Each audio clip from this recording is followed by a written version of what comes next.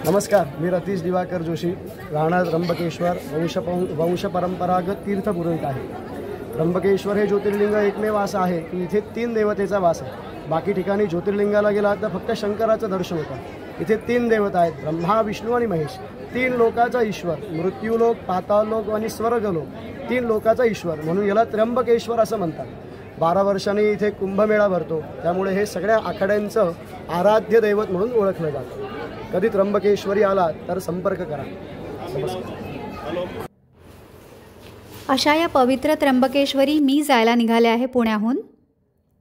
पुणे ते नाशिक CBS अशी रात्रीची बस घेतली आणि पहाटे CBSला नाशिक CBSला पोचले।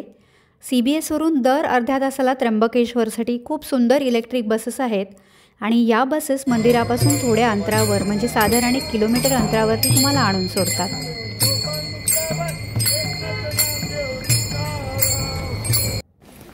पहाटेचा मंद वारा आणि विठुरायांच्या आणि माऊलींच्या गजरात हा प्रवास मनाला अतिशय शांत आणि प्रसन्न करतो। साधारण 1 किलोमीटर चालून गेल्यानंतर मी येऊन पोचले मंदिराच्या आवारात। दर्शनाची ओढ आणि उत्सुकता लागून राहिली होती। हर हर महादेव शंभो।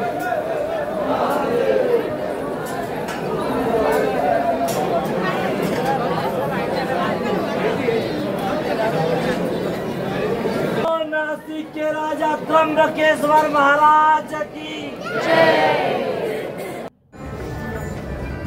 महादेवांच्या नामघोषात दर्शन रांगेमध्ये 3 तास केव्हा गेले कळलंच नाही। त्र्यंबकेश्वर मंदिराचा आतला जो गाभारा आहे तो अतिशय पवित्र आणि मंगल आहे आणि मंत्रोच्चार चालले होते तिथे, त्यामुळे त्याची पवित्रता अधिकच अनुभवायला मिळत होती।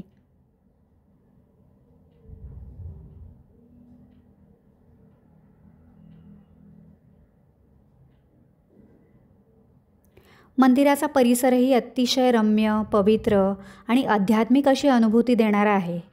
मंदिराच्या आवारात एक 21 फुटी अतिशय सुंदर त्रिशूळ आहे।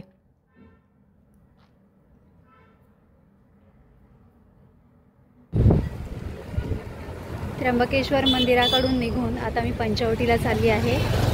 इलेक्ट्रिक बस जी आहे ज्याच्यातून मी सकाळी आले त्याच बसमधून आता मी पंचवटीकडे आधी CBSकडे जाणार, नाशिक CBS बस स्टँडकडे, आणि नाशिक CBS बस स्टँडवरून रिक्षाने जाणार पंचवटीकडे। त्र्यंबकेश्वर ते CBS अशी इलेक्ट्रिक बस घेऊन मी निघाली आहे पंचवटीकडे।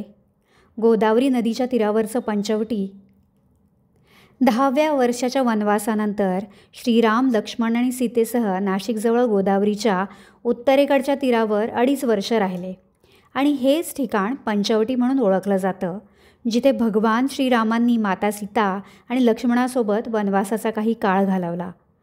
या पंचवटीमध्ये 5 वटवृक्षांचा समूह आहे आणि असं म्हणलं जातं की या वडांच्या झाडाखाली सीतेचा संसार होता। बाजूलाच एक अतिशय सुंदर आणि अतिशय प्राचीन अशी गुफा आहे आणि गुफेमध्ये आत गेल्यावर भगवान शंकरांच्या पिंडीचं दर्शन होतं। जवळपास 50 फुटांची लांब अशी ही गुफा आहे आणि सीतामातेनं इथे महादेवांची आराधना केली। गुफा पूर्णतः दगडामध्ये कोरलेली आहे आणि एका वेळेला एकच व्यक्ती आत प्रवास करू शकते, इतकी ती गुफा निमुळती आणि अरुंद आहे। प्रभू श्रीरामांच्या वास्तव्याने पावन झालेल्या पंचवटी परिसरात अतिशय सुंदर असं श्री काळाराम मंदिर आहे।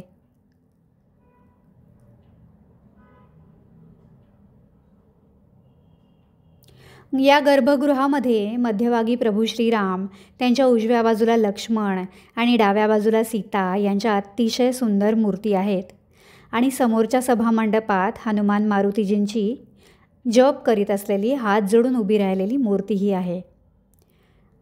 त्याच परिसरामध्ये दत्तगुरूंच्या पादुका आहेत।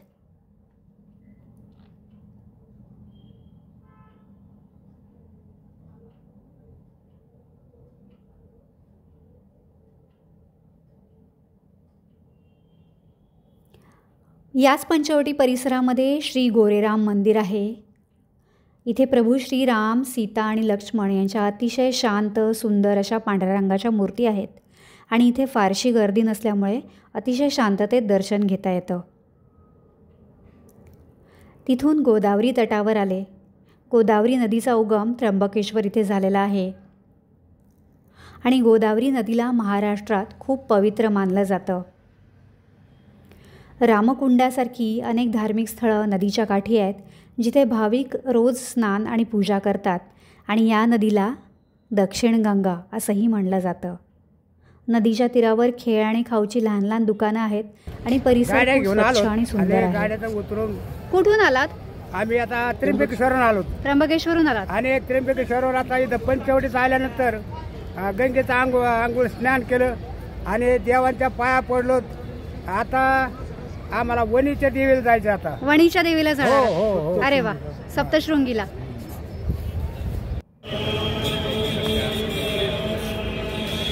गोदावरी नदीच्या काठी रोज संध्याकाळी गोदावरी आरती होते. ही आरती संध्याकाळी 7च्या सुमाराला होते, जिथे भाविक खूप मोठ्या संख्येने सहभागी होतात. गोदावरी आरती ही नाशिकमधली एक अतिशय महत्त्वाची धार्मिक आणि सांस्कृतिक परंपरा गेले अनेक वर्ष जपली आहे. आणि सूर्यास्ताच्या वेळी नदीच्या काठावर होणारी ही आरती अतिशय सुंदर आणि मनमोहक दृश्य ही आरती असते आणि ती अतिशय मनाला भावून जाते.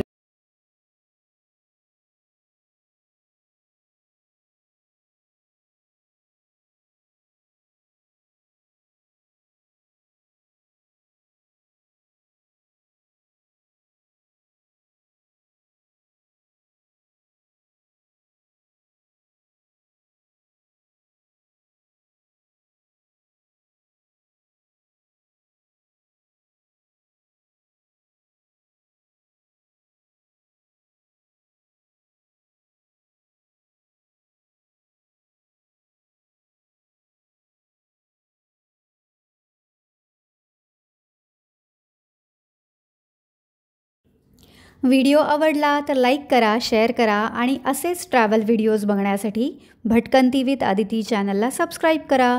धन्यवाद.